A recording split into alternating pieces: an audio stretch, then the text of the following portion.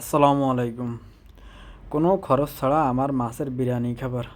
দেখতে পাচ্ছেন আমি এখানে আমার এই যে বস্তা থেকে একটা গামলা, আমাদের আঞ্চলিক ভাষায় গামলা বলি, তো গামলার ভিতরে হচ্ছে আপনার এই শ্যাওলাগুলো নিচ্ছিলাম। এই শ্যাওলাগুলো আমার পিছনে আর একটা পুকুর আছে, ওই পুকুরে দেবো। আর আমার যে বস্তার সামনে দেখতে পাচ্ছেন পানি, যেটা এটাও আমার মাছের প্রজেক্ট, এখানেও দেবো। এই যে দেখতে পাচ্ছেন কচি শ্যাওলাটা কেমন হয়।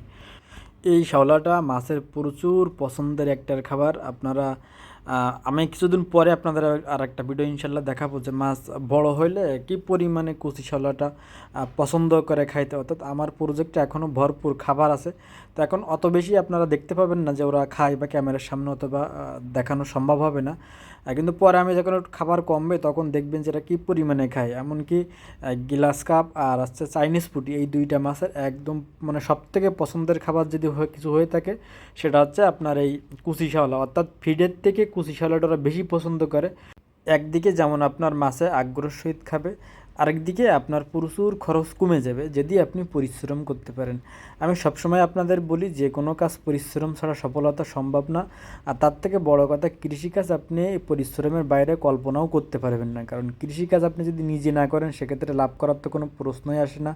দ্বিতীয়ত, অনেকেই চান যে মানুষ দিয়ে করাবেন। ভাই, তাদের জন্য কৃষি না। আমি সবসময় আপনাদের বলি যারা অন্য দিয়ে কাজ করাইতে চান বা নিজে করতে চান না বা কৃষিকাজের প্রতি আগ্রহ আছে, তাদের আমার ভিডিও দেখার দরকার নেই। কারণ আমি সবসময় বলি যদি নিজে না করতে পারেন সেক্ষেত্রে কৃষিকাজে আপনি কোনো লাভ করতে পারবেন না। দেখা যাচ্ছে একটা পর্যায়ে লস খাবেন, তখন আমারই গালিগালাজ করবেন। আমি কখনোই এটা প্রমোট করার চেষ্টা করি না যে আপনি মানুষ দিয়ে কৃষিকাজ করে লাভবান হতে পারবেন। দেখতে পাচ্ছেন এটা হচ্ছে আমার বড় প্রজেক্ট, যেটা এখানেও দিচ্ছে এই কুচি শ্যাওলা। অলরেডি এখানে মাছ চলে আসছে। এক কথায় এটা ভরপুর খায়, এই কুচি শ্যাওলাটা প্রচুর পরিমাণে খায়।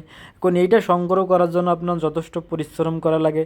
এটা আপনার যেখানে মাছ নেই বা বিশেষ করে যা গ্লাস কাপ বা হচ্ছে চাইনিজ ফুডি যে পুকুরে নেই, সেখানে যদি মিঠা পানিতে এক মুঠো যদি এই কুচি শ্যাওলা কোথাও থেকে কালেক্ট করে এনে দিতে পারেন, দেখবেন যে 5 থেকে 10 দিনের ভিতরে আপনার পুরো পুকুরটা শ্যাওলায় ভরপুর হয়ে গেছে।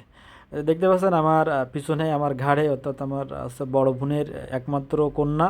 তো ও আমাদের সাথে গেছিল বিলে, এখন যেই আবার কান্নাকাটি শুরু করছে, যার জন্য ওর ঘাড়ে নিতে হয়েছে।